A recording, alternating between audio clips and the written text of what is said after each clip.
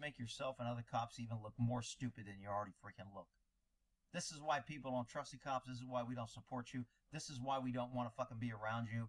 Meanwhile, when you're not doing this carnage, you're out there harassing people, traffic stops, giving them tickets, writing tickets, raising insurance, blocking the highways because of a freaking banana pill, wasting taxpayer money and dollars on everything because you don't care. It ain't your freaking money. Absolutely outrageous. Earning a hate.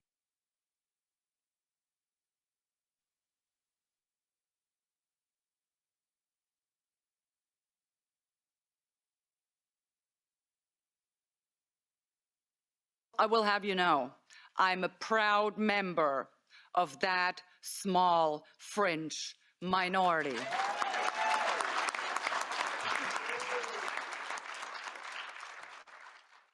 We actually are a big family now, and they have no idea how many of us there actually are. It's billions.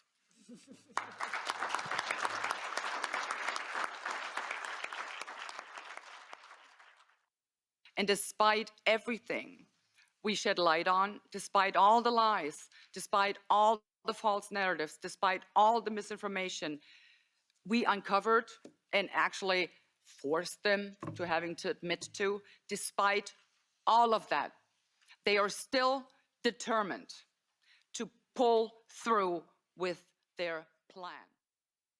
It was just a test balloon, a gigantic test balloon. Well, for what, you ask? Well, to see how far they could go, to see what exactly they would have to do to get free individuals in a free and democratic society to consent to being forced into compliance. That's what they were trying to establish. That's what they were trying to figure out. And they have figured it out. Trust me, they are much smarter now. The goal ultimately is to transform our free and democratic societies, into totalitarian societies. Their goal is to strip each and every one of us of our fundamental rights of freedom, democracy, the rule of law. They want to get rid of all of this. And they're robbing us of our identity. Whether it be our national identity, our cultural identity, they won't even stop to rob us of our sexual identity. The very core of who we are, they don't even stop there. It always had to do with breaking people in order to make us a part of a mindless, malleable mass, which they can totally control, and we will be completely dependent upon. That's what they have in store for us. We can take any kind of international governing body or organization. It is no longer by the people, for the people. So I'm really imploring the people and all the peoples around the world, for God's sake, stop giving your democratically elected governments the benefit of the doubt. They are not deserving of that. They are not. Stop rationalizing whatever your government is doing. Stop rationalizing and come up with some good intentions. They have no good intentions. Never. As I said before, in the entire history of mankind, there has never been a political elite concerned about the well-being of regular people. And it isn't any different now. Why should it? Stop giving them the benefit of the doubt. Because I can tell you, you cannot comply your way out of a tyranny. It is impossible. Trying to do so, you will only feed a gigantic alligator in the hopes of being eaten last. But guess what? Your turn will come, and then you will be the one swallowed up. I also have to ask the people, end your silence. Speak up. For God's sake, stop complying. Start rebelling. They're out to get you if you do not resist. I would also urge you to stop voting for those who inflict this psychological abuse on you, who mock you for their own good. And here and then, I think of a quote by Lenin, actually, no less.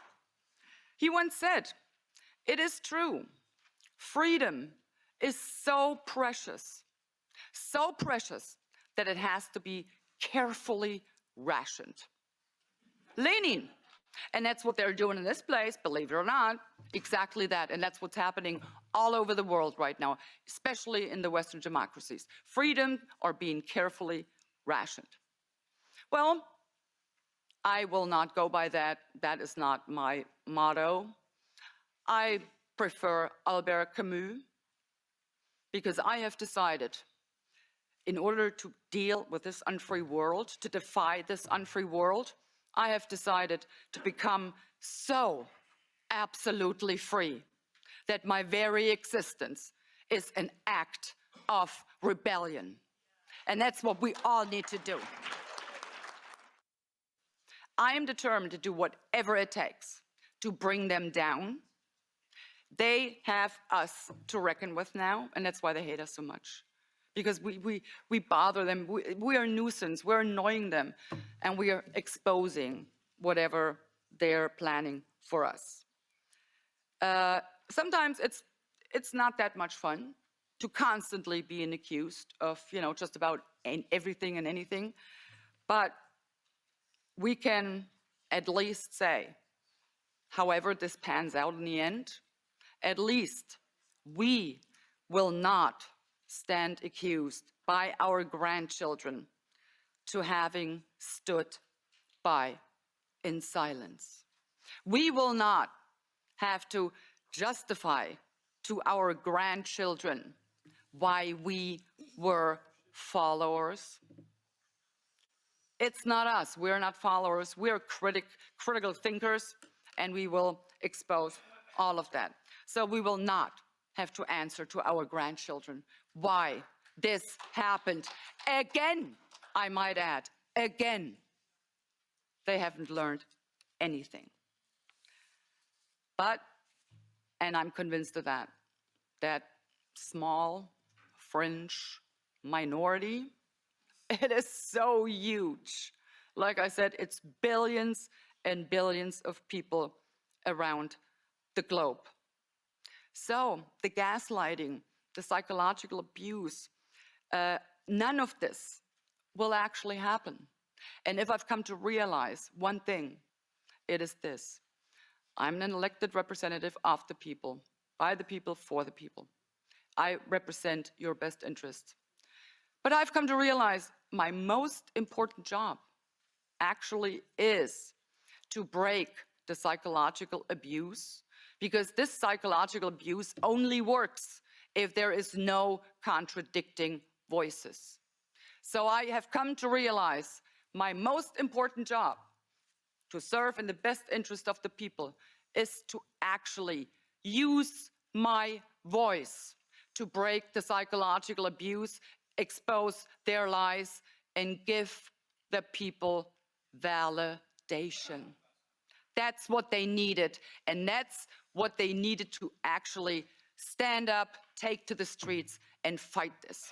So this is my promise to you, I will always be that voice that will break their despicable psychological abuse pattern. They're criminals and they belong behind bars. That's where they need to go. The 9 most terrifying words in the English language are, "I'm from the government and I'm here to help."